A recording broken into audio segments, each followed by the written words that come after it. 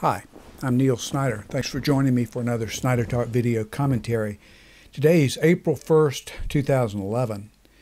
If you look at today's American Thinker, you'll find an article in there by me. It's about Bashar al-Assad, who is the president of Syria. On Wednesday of this week, today's Friday, on Wednesday of this week, he said that the unrest in Syria is being caused by people in the Western world, that it's Europe and the United States, and in Israel, who are trying to destabilize Syria.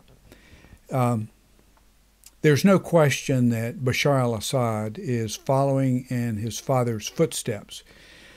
Hafez al-Assad was a brutal dictator.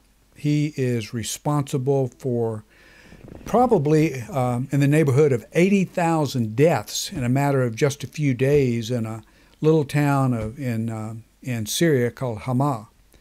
There was an uprising there, and he put it down. This is in 1982. He put it down with his army. He lost about 1,000 soldiers. But he ended up killing somewhere between 10,000 and 80,000 civilians, mostly civilians. Why the big range? Because no one really knows. He basically wiped out the town. And it's probably the number of innocent dead probably is nearer 80,000 than 10,000. But right now, Bashar al-Assad is using similar tactics, not quite as bad, but similar tactics to squelch the unrest in Syria, and he's blaming that unrest on Israel and the United States.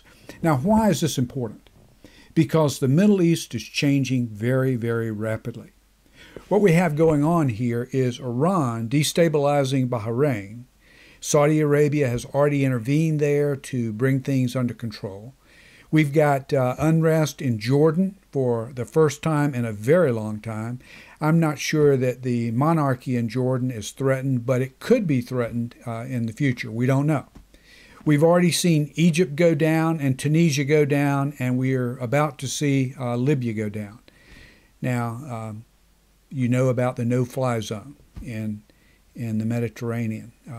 NATO troops or NATO aircraft are flying over Libya now and preventing Muammar Gaddafi from using his air force.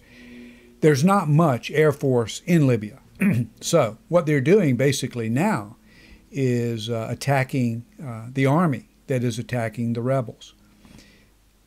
What's happening, though, in these countries is the Muslim Brotherhood and other Islamist organizations are increasing in strength.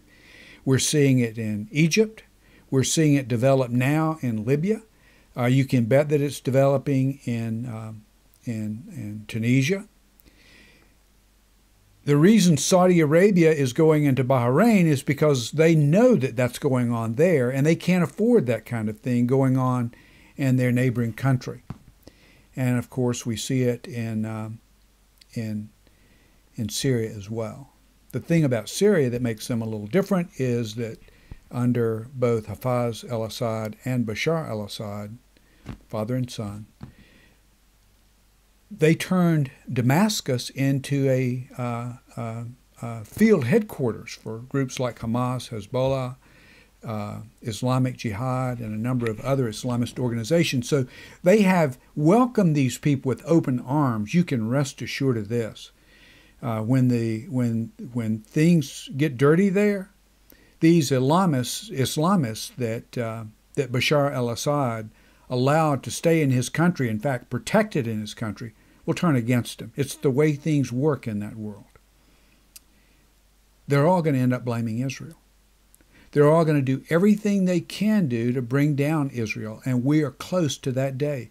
We had the Secretary General of the United Nations just a couple of days ago say that we're going to have to divide Jerusalem, that there's no excuse for Israel occupying East Jerusalem. Well, if you've ever been to Jerusalem, you know this. East Jerusalem is part of the capital city of Israel, Jerusalem. And East Jerusalem is not the portions they're talking about are nothing but neighborhoods. That's all they are. Be watchful, be on the alert. You need to keep up. I want to urge you, if you're not already reading Snyder Talk every day, please do read it. You don't have to read every article. Scan the titles. Get familiar with the titles. The titles will tell you what's going on. Read the articles that interest you. Over time, you'll find out that you're going to want to read more articles. You need to be familiar with what's going on in the world, and especially what's going on in the Middle East. We're at a critical juncture in the history of the world. Israel is under threat. The day may come sooner than you think when things start to happen in this country as well. Representative Peter King from New York is holding hearings in the Congress to look at the extent to which radical Islamists have infiltrated the United States. And what we know for a fact is they have infiltrated many organizations, not just Muslim organizations, with the enthusiastic support of our liberal progressive friends in the Congress and the President of the United States. People, we're in trouble as a nation. You see the information being talked about on the news every day, the budget discussions that are always show that the Republicans and Democrats are at loggerheads. What you've got to understand is the critical issues aren't really being discussed in the evening news.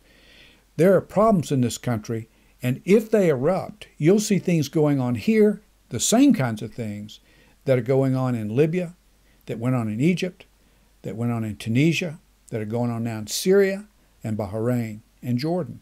Don't think we're immune to these things. We are not. Please read Snyder Talk. Get familiar with what's going on. Thank you for joining me for another Snyder Talk video commentary, and I'll look forward to seeing you again soon.